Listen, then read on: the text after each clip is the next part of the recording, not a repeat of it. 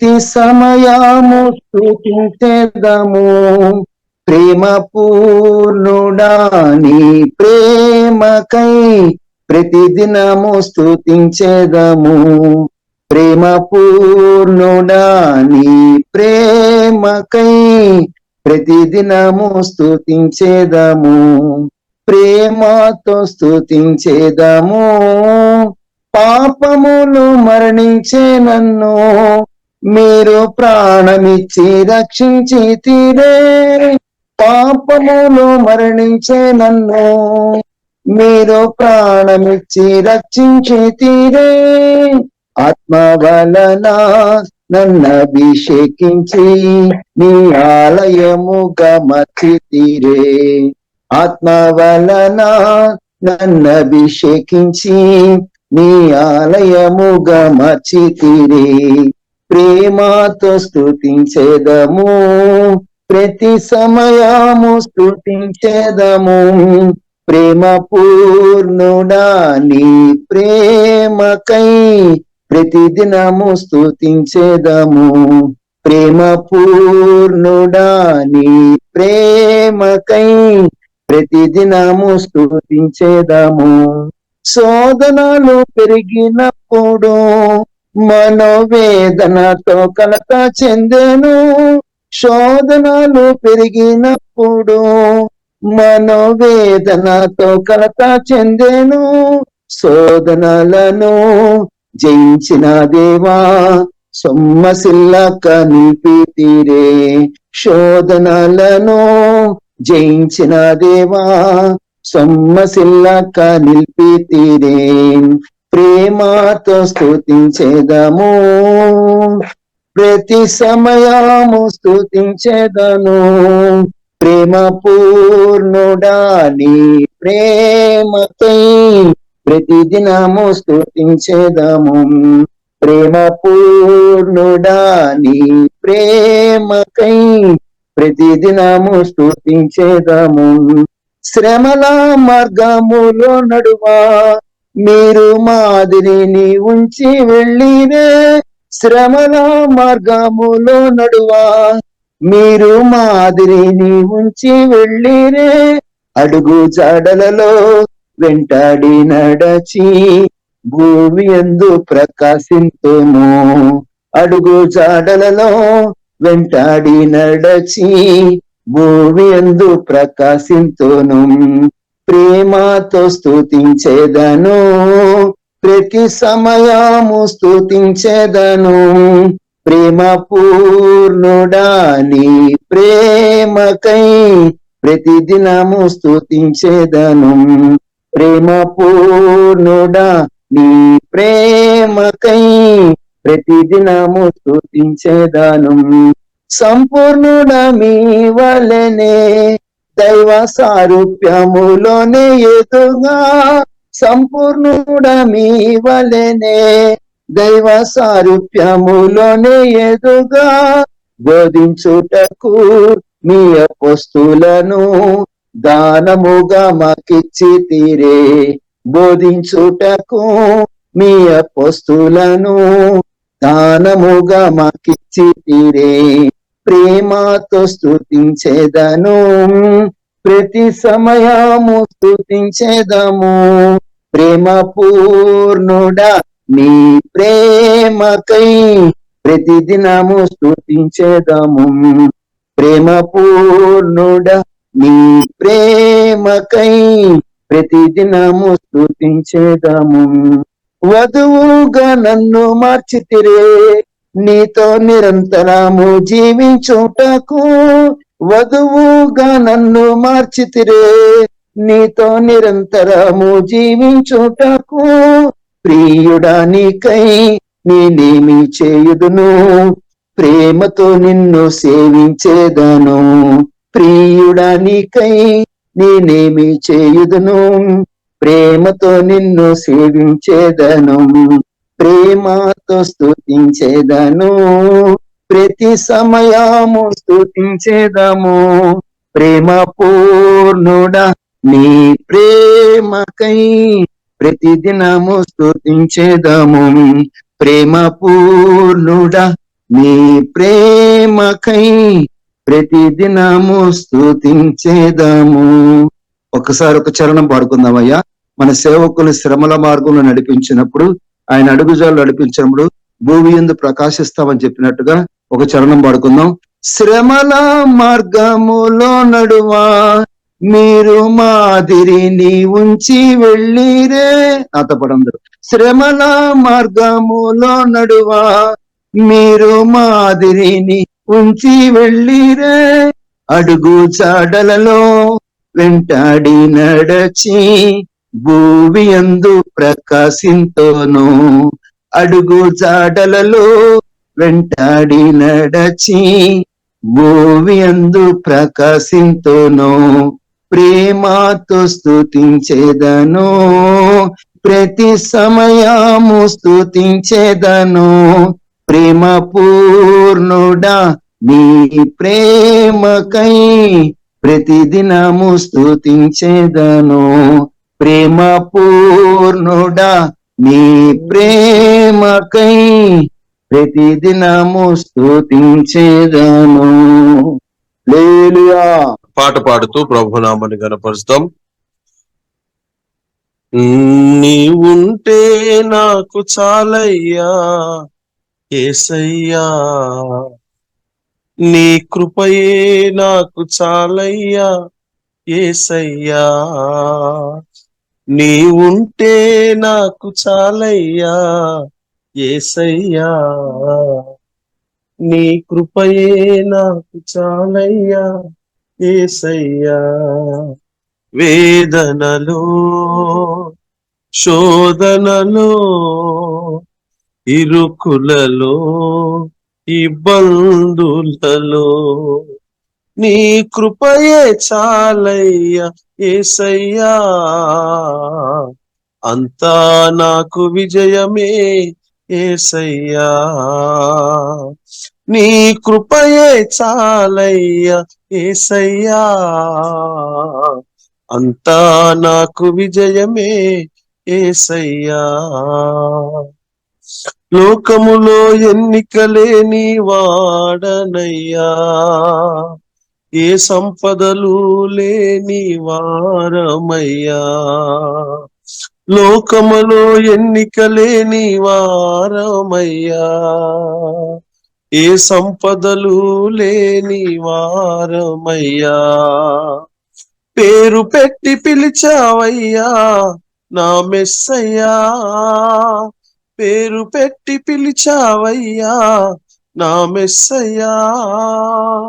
నన్నాదుకున్నావయ్యా నీతి సూర్యుడా, నన్నాదుకున్నావయ్యా నీతి సూర్యుడా. నీవుంటే చాలయ్యా, నీ తోడుంటే చాలయ్యా. నీవుంటే చాలయ్యా, నీ తోడుంటే చాలయ్యా. నీవుంటే నాకు చాలయ్యా యేసయ్యా, నీ కృపయే నాకు చాలయ్యా యేసయ్యా. Praise the lord. హల్లెలూయా. దేవానికి స్తోత్రం. స్తోత్రం. చక్కని పాటలు పాడి ఆరాధన అనిపించిన దైవజనులకు ప్రతి వందనాలు. పిల్లల వాక్య పరిచయ కొరకు మన మధ్యలో ప్రభుదాస్ అంకుల్ గారు ఉన్నారు. Uncle, Prabhudas uncle. దేవుని నామానికి మహిమ కలుగును గాక.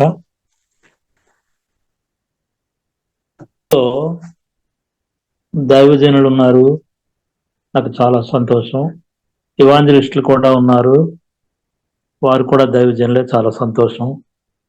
తర్వాత మంచి విశ్వాస ప్రార్థన చేసిన ప్రేయర్ వారియర్స్ ఉన్నారు, నాకు చాలా సంతోషం. అయితే ప్రియులారా, ఈ లోకంలో మనం చూస్తున్నాము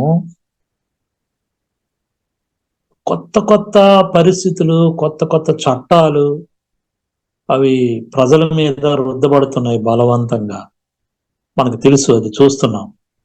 ఇది అనాది కాలం నుంచి జరుగుతున్నదే, బైబిల్ కాలంలో కూడా జరిగినాయి, ఇప్పుడు కూడా జరుగుతూనే ఉన్నాయి. ఇది అన్డౌటెడ్లీ గాడ్స్ పీపుల్కి ఎగనిస్ట్ గా జరుగుతున్నటువంటి చర్యలని మనం చెప్పవచ్చు. ఒకటి, మనుష్యుల ఆలోచన బట్టి పుట్టినవి కానీ, మనుష్యుని జ్ఞానమును బట్టి పుట్టినవి కానీ, అవి సాతాను సంబంధంగా పుట్టినటువంటివే. వాటి వలన ఎంత మాత్రము కూడా దేవుని ప్రజలకి నెమ్మది ఉండదు, శాంతి ఉండదు, సమాధానం ఉండదని అనుకుంటూ ఉంటాం. కానీ మన నమ్మదగిన దేవుడు మనకి కంఫర్ట్ చేస్తూనే ఉంటాడు. మనల్ని కలవరపడద్దని చెప్పినటువంటి దేవుడు మనల్ని కలవరపరుస్తాడా?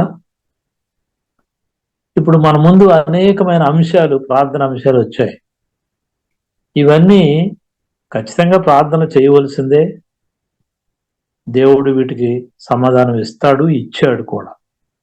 దాన్ని బట్టి దేవునికి స్తోత్రం. ప్రియులారా, ఇవన్నీ మనకి మన ఎదురు జరుగుతూ ఉన్నప్పుడు కొన్ని రూల్స్ దేవుని ప్రజలకు, దేవుని యొక్క సేవకులకు వ్యతిరేకంగా పుట్టినప్పుడు దేవుని సేవకులు లేక దేవుడు ఎలా స్పందిస్తాడు అనేటటువంటి విషయాలు కొంచెం మనం ధ్యానిద్దాం. యాక్చువల్గా సమయం తక్కువే ఉంది, కానీ ఇన్ బ్రీఫ్ చూద్దాం. ఒక కొద్ది నిమిషాలు, ఒక పావు గంట, ఒక 15 నిమిషాలు మనం చూద్దాం. చాలా మన జీవితానికి చాలా అవసరమైనటువంటి విషయాలు ఇవి. రూల్స్ వస్తుంటాయి, అవి మన మీద రుద్దపడతాయి బలవంతంగా. కానీ గాడ్స్ ప్రొటెక్షన్ మనకి ఏ విధంగా ఉంటుందో మనం చూడాలి, అది మనం నేర్చుకోవాలి. ఒకసారి kindly turn to Bible, Daniel chapter 2. దానియేలు గ్రంథము 2వ అధ్యాయాన్ని తెరిచి ఉంచండి. మా ప్రియ సహోదరి చక్కగా చదువుతుంటది, సహకరిస్తూ ఉంటది. అందుని బట్టి నేను దేవుని మహింపరుస్తాను, నా బిడ్డను నేను దీవిస్తూ ఉన్నాను. 2వ అధ్యాయం మనం తెరిచి ఉంచండి. ఈ లోకంలో రూల్స్ అనేటటువంటి వచ్చినప్పుడు, ఫర్ ఎగ్జాంపుల్ హిట్లర్ని తీసుకోండి. హిట్లర్ ఏం చేశాడు? రూల్ పెట్టి గ్యాస్ ఛాంబర్స్ లో పెట్టి యూదులందరినీ చంపేశాడు. అది రూల్, అది రాజు అతను పెట్టింది రూలు, అతను ఆడిందే మాట. కానీ దేవుడు తన ప్రజల్ని నాశనం చేయలే. ఎంత నాశనం చేస్తుంటే అంతగా విస్తరించారు దేవుని ప్రజలు. దేవుని నామానికి మహిమ కలుగును గాక. ఇంకా గమనిస్తే మనము చాలా జాగ్రత్తగా చూసినట్లయితే దీన్ని మనం సాతాను ఆలోచనగా చెప్పుకోవచ్చు. ఇది satanic action only to destroy the people, to destroy the God's people. వారికి శ్రమలు ఎక్కువ చేసి, హింసలు ఎక్కువ చేసి, బాధలు ఎక్కువ చేసి వారిని లేకుండా చేయాలనేది కూడా. దొంగ ఎందుకు వస్తాడని వాక్యం చెప్తుంది? 3 విషయాలకు వస్తాడు. దొంగ దోచుకోవడానికి, తర్వాత హత్య చేయడానికి, ఆ తర్వాత అంటే మరి నాశనం చేయడానికి వస్తాడు. To steal, kill and destroy. సాతాను తాలూకు పనులు 3. To steal, destroy and kill. ఈ 3 వాడి ద్వారా జరుగుతుంటాయి. ఈ చట్టాలు కూడా ఈ దినాల్లో దేవుని ప్రజల మీదకి, దేవుని సేవకుల మీదకి ఇంపోజ్ చేయబడుతున్నాయి. దానియేలు కాలంలో కూడా అదే జరిగింది. మనుషుల జ్ఞానం ఎలా పనిచేసింది, దేవుని జ్ఞానం ఎలా పనిచేసిందో బ్రీఫ్ గా మనం చూద్దాం. చాలా మన జీవితానికి చాలా అవసరమైనటువంటి మాట ఇది. ఈ నెబుకద్నెజరు ఏం చేశాడంటే, అతనికి ఒక కళ వచ్చింది. ఆ కళని తెల్లవారిసరికి నేను మర్చిపోయాను అని ఏం చేశాడు? అందరినీ పిలిపించాడు. ఎవరిని? వీళ్ళ 4గురిని తప్ప. జాగ్రత్తగా గమనించండి. వాళ్ళ 4గురిని పిలవకుండా తక్కిన వాళ్ళు పిలిచాడు. ఎవరిని పిలిచాడు? 2వ అధ్యాయంలో 2వ వచనం చదువమ్మా. కాగా రాజు తాను కనిన కలలను తనకు తెలియజెప్పుటకై శకునగాండ్రను, గారడి విద్య గలవారిని, మాంత్రికులను, కల్దీయులను పిలువనంపుడని ఆజ్ఞగా వారు వచ్చి రాజు దగ్గర నిలిచారు. 4 రకాలైన వాళ్ళు పిలిచాడు. అతని దేశంలో మహాజ్ఞానులు వారు. అతని దృష్టిలో, ఆ రాజు దృష్టిలో, ఆ రాజు వాళ్ళని పెంచి పోషిస్తున్నాడు. వాళ్ళని పిలిపించాడు. పిలిపించిన తర్వాత వారితో ఏమన్నాడు? నేను ఆ కలగనయ్యా, ఆ కళ భావం తెలుసుకోవాలని నా ఎంతో వేదన చెందిపోతున్నాను, నా మనసు వ్యాకులం అయిపోతుంది అంటే ఆ సిరియా భాషలో వారు ఏం చెప్తారంటే రాజును దీవిస్తారు. అక్కడ లేకపోతే వాళ్ళ తలలు ఎగిరిపోతాయి. రాజును దీవిస్తారు. తమరి దాసులకు 4వ వచనంలో తమరి దాసులకు కళ సెలవు ఇవ్వండి, మేము దాని భావం చెప్తే, మీరు కళ చెప్తే దాని అర్థం మేము చెప్పగలం. అంటే రాజు అంటాడు, ఆ కళ నేను మర్చిపోయాను, కళను దాని భావను మీరు తెలియచేయని ఎడల మీరు తుత్తినీయులుగా చేయబడుదురు, మీ ఇండ్లు పెంట కుప్పలుగా చేయబడును. చాలా ఇంపార్టెంట్ పరిస్థితి, లోకములో ఉన్న రూలు. రాజు ఒక శాసనం చేసి, మీరు చెప్పకపోతే నాకు కళ చెప్పాలి, కళ తాలూకు అర్థం కూడా చెప్పాలి, చెప్పకపోతే మీరందరూ తుత్తినీళ్ళు అయిపోతారు, బూడిదైపోతారు అని చెప్తాడు. ఇది సాతాను చేస్తున్న ఆలోచనలుగా. నెబుకద్నెజరు ఏం చేశాడంటే ఈ జ్ఞానులని చంపాలి అని ఒక రూల్ పెట్టేశాడు. అంతే, కళను చెప్పలేకపోతున్నారు, కళ భావాన్ని చెప్పలేకపోతున్నారు, కాబట్టి వీళ్ళు చంపేయాలి, జ్ఞానులు అనేటటువంటివి వాళ్ళు లేకుండా చంపేయాలని ఆలోచన. వీరిలో ఎవరున్నారు జ్ఞానులు ఎక్కువ ఎవరున్నారు? దానియేలు, శద్రకు, మేషకు, అబేద్నెగో అనే వాళ్ళను కూడా దానిలో ఉన్నారు. ఈ రూల్ వాళ్ళకు కూడా వర్తిస్తుంది. ఎందుకు? ఆ రాజ్యంలో ఉన్న వాళ్ళే, దేవుని ఈ నెబుకద్నెజరు సన్నిధిలో ఉన్నవారే వాళ్ళు. కానీ ఇక్కడ జరుగుతున్నది ఏంటంటే దేవుడు తన ప్రజల్ని కాపాడుతాడు. అంటే the favour of God will follow his servants. దేవుని యొక్క సన్నిధి వారిని నడిపిస్తూ ఉంటది. ఎప్పుడైతే when trouble comes we need to rest in God. Everybody should think of this. ప్రతి ఒక్కరు ఆలోచన చేయవలసింది అంటే, సమస్య వచ్చేసింది, ఒక శాసనం తయారైపోయింది, ఇంకా చంపడానికి రెడీ అయిపోతున్నారు, కానీ we need to rest in God. పరిస్థితులు మనం మార్చిస్తే మారిపోవు, దేవుడు మారిస్తేనే మారుతాయి. ఇక్కడ పరిస్థితిని దేవుడు ఎలా మార్చాడో మనం చూద్దాం. 2:5 మనం నేర్చింది అంటే, ఒక శాసనం వచ్చింది, ఒక చట్టం వచ్చింది. ఆ చట్టం ద్వారా వీరు చెప్పమన్నాడు, చెప్పకపోతే మిమ్మల్ని చంపుతానని చెప్పాడు. సరే, అది జరిగిన తర్వాత వాళ్ళు సంభాషణ చేస్తూనే ఉంటారు. ఏమని చేస్తూ ఉంటారు? అయ్యా, మేమెక్కడ చెప్పగలము, మీ అధికారంతో మీరు చెప్తున్నారు, కానీ మా కళ చెబితేనే మేము చెప్పగలం, అది మాకు చెబితేనే దాని భావం మేము చెప్పగలం అని చెప్పి 7వ వచనం, 8వ వచనం ఇవన్నీ చెప్తుంటే రాజు కోపం వచ్చి, నేను మరచి ఉన్నట్టు మీరు చూసి 8వ వచనంలో కాలహరణం చేస్తున్నారు, మీరు టైం పాస్ చేస్తున్నారు, అంటే తప్పించుకోవడానికి చూస్తున్నారు, కాలము ఉపాయముగా గడపాలని అబద్ధాన్ని, మోసపు మాటలను ఎదుట పలుకుతున్నారని రాజు ఇంకా పిచ్చెక్కిపోతున్నాడు అనమాట. మీరు కళలను చెప్పలేకపోయిన నేను చెప్పిన మాట ఖండితము గనుక ఆ కళను నాకు చెప్పండి, దాని భావాన్ని మీరు అప్పుడు కళ చెప్తే మీకు సామర్థ్యం ఉందని నేను నమ్ముతాను అంట. ఇక్కడ ఎంత విచిత్రంగా ఉందో చూడండి పరిస్థితి, ఎంత భయంకరంగా ఉందో చూడండి పరిస్థితి. ఎవడైనా అప్పుడు వాళ్ళు అంటారు, అయ్యా భూమి మీద, ఈ మాట గుర్తుపెట్టుకోండి, భూమి మీద ఏ మనుష్యుడు రాజు అడిగిన సంగతి చెప్పజాలడు. 10వ వచనంలో భూమి మీద ఏ మనుష్యుడు రాజు అడిగిన సంగతి చెప్పజాలడు. ఎందుకు? ఏ చక్రవర్తియు, అధికారియు, శకుని గాని యొద్ద గాని, గారడి విద్య గలవాని యొద్దను, కల్దీ యొద్ద ఇట్టి సంగతి ఎంతవరకు ఎవరు చేయలేదు, మీరే కొత్తగా మాకు చెప్తున్నారు. ఇంతకుముందు వాళ్ళు చెప్తే మేము చెప్పేవాళ్ళం, ఇప్పుడు మీరు 2 చేయమంటున్నారు, మా చేత కాదు, మేమే కాదు భూమి మీద ఎవరు చేయలేరు. ఆ సంగతి అసాధారణమైనది, దేవదూతలు కాక మరెవరును ఈ సంగతి తెలియజెప్పలేరు, దేవతల నివాసాలు మనుషుల మధ్య ఉండవు కదా అని రాజుకి ధైర్యంతోనే చెప్తున్నారు. రాజుకి చాలా చాలా కోపం వచ్చేసింది. వచ్చి అతను అంటాడు, ఈ పరిస్థితులన్నీ ఇలా వచ్చినప్పుడు కలవరం వచ్చేస్తుంది మనుషులకి. మనకి కూడా చాలా పరిస్థితులు వస్తూ ఉంటాయి. అది ఆర్థిక సమస్య కావచ్చు, ఆరోగ్య సమస్య కావచ్చు, లేకపోతే ఇతరత్రమైనటువంటి చుట్టూ ఉన్న మనుషుల తాలూకా ప్రభావం మన మీద పడవచ్చు, మన మీద ఒత్తిడిలు ఉండొచ్చు, అనేక రకాలుగా ఉండొచ్చు. అయితే కలవరం వస్తుంది. ఎవరు ఏ టాస్క్ అట్ ఇవ్వనివ్వండి, ఇష్టం వచ్చిన టాస్క్ ఇచ్చుకునివ్వండి, మనకేమి. కానీ దేవుడు మనతో ఉంటే అది మనము దాని జోలికి మనం వెళ్ళవలసిన అవసరం లేదు. God will take care of it. దేవుడే దాన్ని చూసుకుంటాడు అనేటటువంటి సత్యాన్ని ఈ సందర్భంలో నేను చెప్పదలుచుకున్నా.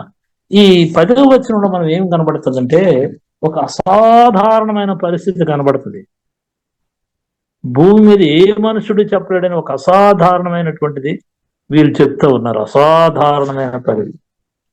కానీ అది ఎవరికి సాధ్యం అవుతుందంటే కేవలము దేవుని ప్రజలకు మాత్రమే సాధ్యం అవుతుంది.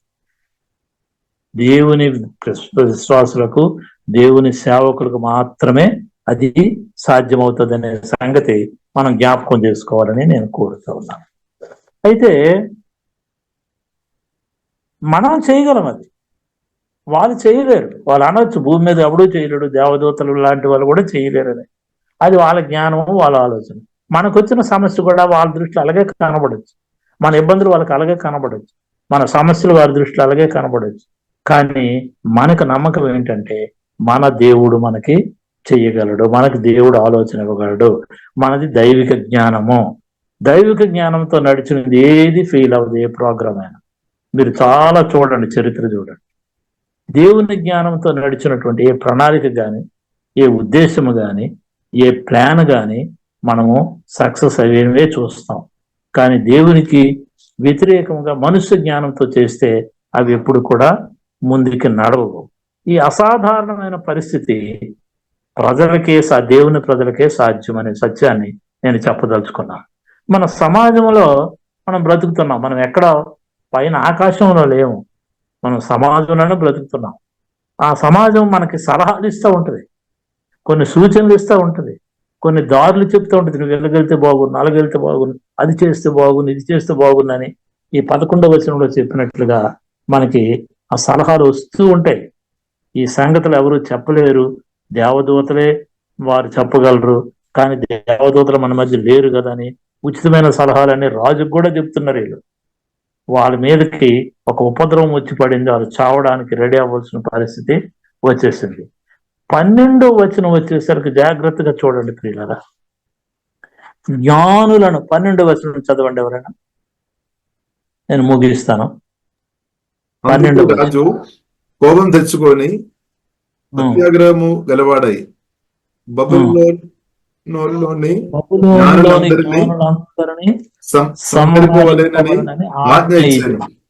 అంటే ఇప్పుడు దీనిలో ఎవరున్నారు? బబులోన్లో ఉన్న జ్ఞానులందరికీ వర్తించింది. అతను పిలిచిన వాళ్ళు 4 రకాల గ్రూపులు. సెకండరీ గారు, కల్దీయులు, తర్వాత అంటే సోది చెప్పేవారు, గారడి వాళ్ళు, అందరిని పిలిచాడు. వాళ్ళనే కాకుండా బబులోనులో ఎంతమంది జ్ఞానులు ఉన్నారో అందరినీ చంపేయండి, జ్ఞానులందరినీ చంపాలని ఒక రూల్ వచ్చేసింది. అంటే ఒక దిగ్బంధం జరిగిపోయింది, తప్పించుకోవడానికి అవకాశం లేని పరిస్థితి వచ్చింది. ప్రియులారా, మన రియల్ లైఫ్ లో కూడా ఇలాంటి పరిస్థితి మనకు ఎదురవుతూ ఉంటది. మన చుట్టూ ఊరులు పడడం జరగవచ్చు, వలలు పడడం జరగవచ్చు, అటు ఇటు కాలు కదపలేని పరిస్థితి మనకు రావచ్చు, ఇతరత్రమైనటువంటి శోధనలు, బాధలు, ఇరుకులు, ఇబ్బందులు రావచ్చు. కానీ ఏమైనా సరే ఆ దిగ్బంధం జరిగినప్పుడు దేవుడు మనకి ఫేవర్గా ఉంటే, దేవుడు మన పక్షంగా ఉంటే అవన్నీ మనల్ని ఏమీ చేయలేవనే సత్యాన్ని నేను చెప్పదలుచుకున్నాను. జ్ఞానులను చంపాలనేటటువంటి ఆజ్ఞ వచ్చినప్పుడు దానియేలు అప్పుడు సీన్లో దిగాడు. చూడండి జాగ్రత్త. దానియేలు సీన్లో దిగాడు. అతనికి ఉన్నవి 2 దారులు, 2 మార్గాలు ఉన్నాయి దానియేలు. మనకి కూడా మన పరిస్థితులు ఇరుకొచ్చినప్పుడు, ఇబ్బంది వచ్చినప్పుడు, కష్టాలు వచ్చినప్పుడు, లేదా మన ఊపిరి ఆడిన పరిస్థితి వచ్చేసినప్పుడు మనకి 2 వదిలిస్తే వదిలివచ్చు, పర్వాలేదు, ఏం జరిగితే జరగని, చస్తే చేస్తానని వదిలివచ్చు. లేదా మనము దేవుడు నా కోసం ఏదైనా చేస్తాడు అనే విశ్వాసం పెట్టుకొని నెమ్మదిగా ఉండొచ్చు. God can do anything for me, ఇది పక్క అని అయితే అదైనా చెయ్యొచ్చు, లేకపోతే ఇదైనా చెయ్యొచ్చు. దైవజనుడు 2వ భాగంలోనే ఉండాలి, ఈ 2వ క్రియలోనే ఉండాలి. మీరు ఇక్కడ గమనించవలసింది ఏంటంటే వాళ్ళు ఏం చెప్పారు? భూమి మీద ఏ నరుడి చేయలేడు అన్నాడు. మరి దానియేలు ఎక్కడ పుట్టాడండి? దానియేలు భూమి మీద పుట్టాడు కదా. సత్యమా సత్యమా? రాజుతోనే వాదిస్తాను. భూమి మీద దేవతలు తప్ప ఎవడు చెప్పలేరు, భూమి మీద పుట్టినాడు ఎవడు చేయలేడు అంటే దానియేలు భూమి మీద పుట్టాడు. అతను ఏమంటాడంటే 12వ వచనంలో చూడండి, సోమరాజే ఇట్టి శాస్త్రం బయలుదేరేటువంటి జ్ఞానులను చంపబడవలసి ఉండగా వారు దానియేలును అతని స్నేహితులను చంపజూసిరి. They are waiting for the turn. వీళ్ళు ఎప్పుడు చంపుదామా, ఎలా చంపేద్దామని చూస్తాం. అలాగే పరిస్థితులు మనల్ని చంపచూస్తాయి, చట్టాలు మనల్ని చంపచూస్తాయి, మన మీద రూలింగ్ మనల్ని ఇబ్బంది పెట్టడానికి ప్రయత్నం చేస్తూ ఉంటది. ఇదేది సందేహమే లేదు. ఇలాంటి పరిస్థితులలో మనము we must rest on God, దేవుని వైపు చూడాలా. ఇప్పుడు దానియేలు ఏం చేశాడో చూసి మన వాక్యాన్ని ముగించుకున్నాం. ఇది చెప్పాలంటే చాలా చరిత్ర ఉంది. ఆ దానియేలు ఎలాగ రియాక్ట్ అయ్యాడు అనేది మనం చూద్దాం. అప్పుడు దానియేలు బబులోనులోని 14వ వచనం, బబులోనులోని జ్ఞానులను చంపుటకై బయలుదేరిన రాజదేహ సంరక్షకు అరియోకు దగ్గరకు పోయి జ్ఞానయుక్తముగా మనవి చేశాను. జ్ఞానయుక్తముగా అనేది అండర్లైన్ చేసుకోండి. జ్ఞానయుక్తముగా మనవి చేశాడు. అతని దగ్గరికి వెళ్ళిపోయి, అయ్యా అయ్యా, నేను ఇంత త్వరగా ఎందుకు వచ్చింది ఆజ్ఞ చంపేయాలని? రాజునద్ద నుండి ఆజ్ఞ ఇంత త్వరగా వచ్చుట ఏమని దానియేలు అడిగితే అతడు దానియేలుకి అన్ని సంగతులు చెప్పాడు వివరంగా. ఇది కారణం, ఇది కారణం, పలానాలు వచ్చారు, పలాందయ్యింది. మన పరిస్థితులు కూడా అలాగే ఉంటాయి. మన దగ్గరకు చాలా సలహాలు వస్తుంటాయి, మనల్ని కన్ఫ్యూజ్ చేసిన వస్తాయి, మన ధైర్యపరిచిన రావచ్చు, భయపెట్టినవి రావచ్చు, ఏ పరిస్థితి రానివ్వండి. అప్పుడు దానియేలు అంటాడు, రాజు సన్నిధికి పోయి స్వప్న భావము తెలియజెప్పుటకే తనకు సమయము దయచేయమని రాజును బతిమాలెను. నాకు టైం ఇవ్వండి చాలు, నేను వచ్చి రాజుకి ఆ స్వప్న భావాన్ని నేను చెప్తాను అంటాడు. చూసారా ప్రియులరా? ఒక్క విషయం గమనించండి, ఎప్పుడైనా భూమి మీద పుట్టినటువంటి ఒక మానవుడే దేవుడు ఏం చేశాడంటే దానియేలు ద్వారా కళను చెప్పాడు. తర్వాత చరిత్రలో మనం చూస్తే కళ భావాన్ని కూడా చెప్పాడు.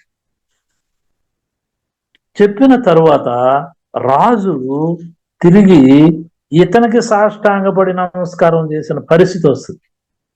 అది ఆ అధ్యాయం అంతా మనం చదివితే దానియేలుకే సాష్టాంగపడి నమస్కారం చేస్తాడు రాజు. What a wonderful thing it is.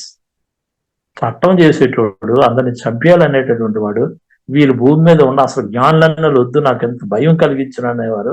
దానియేలు కళని చెప్పి, కళని భావం చెప్పేసరికి అతనికి సాష్టాంగం నమస్కారం 46వ వచనం ఉంటుంది. అది 46వ వచనం. అంతటా రాజుకు నెబుకద్నెజరు దానియేలునకు సాష్టాంగ నమస్కారము చేసి అతనిని పూజించి నైవేద్య ధూపములు అతనికి సమర్పించి ఆజ్ఞాపించెను. మరియు రాజు, ఈ మర్మమును బయలుపరచుట నీవు సమర్థుడవైతివే, నీ దేవుడు దేవతలకు దేవుడును రాజులకు ప్రభువును మర్మములు బయలుపరచువాడనై ఉన్నాడని దానియేలుకు ప్రత్యుత్తరం ఇచ్చాను. అప్పుడు రాజు దానియేలును బహుగా హెచ్చించి అనేక గొప్ప దానములు ఇచ్చి అతను బబులోనులోను సమస్తములన్నిటి మీద అధిపతిని గాను బబులోను జ్ఞానులందరిలో ప్రధానునిగాను నియమించాను. సింహాసనం మీద కూర్చునే స్థాయికి తీసుకెళ్ళిపోయాడు. సింహాసనంకి ఎక్కిపోయాడు దానియేలు. ఆ జ్ఞానులందరి మీదకి అధిపతి అయిపోయాడు. ఆ దేశానికే ఒక గొప్ప ప్రధానమంత్రి అయిపోయాడు. ఎలాగొచ్చింది ఇదంతా? రాజే తిరిగి అతనికి నమస్కారం చేస్తాడు. ఎవరిచ్చారు ఇదంతా? ఎలాగొచ్చింది ఇదంతా? దేని మీద ఆనుకొని ఉన్నాడు ఇతను? ఆ పరిస్థితుల్లో మనకున్న పరిస్థితిని ఎదుర్కోవడానికి మన జ్ఞానం ఉపయోగిస్తే కథ నడవదు. మన జ్ఞానం ఉపయోగించి ప్రణాళికలు వేస్తామంటే కథ నడవదు. దేవుని సహాయం కోసం మనం ఆయన పాదాలు పట్టుకొని దైవజనులు ప్రార్థన చేశారు. నాకు చాలా సంతోషం.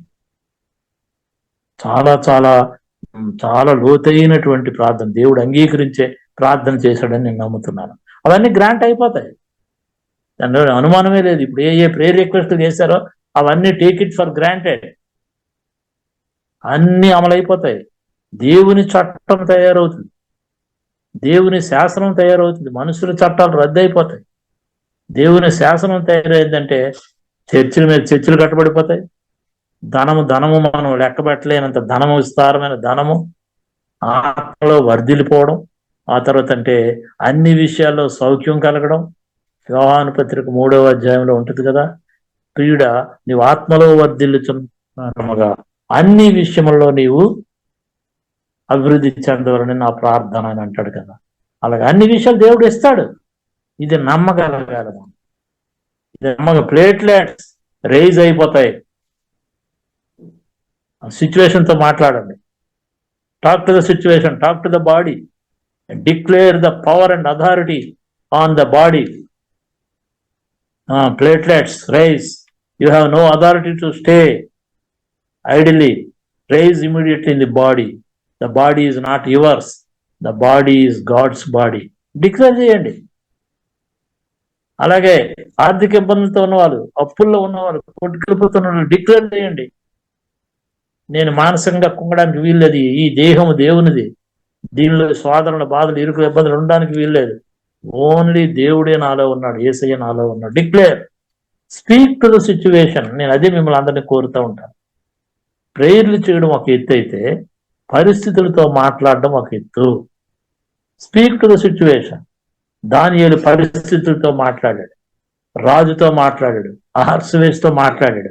అంతా టర్న్ అయిపోయింది. కళ చెప్పేశాడు, కళ భావం చెప్పేశాడు.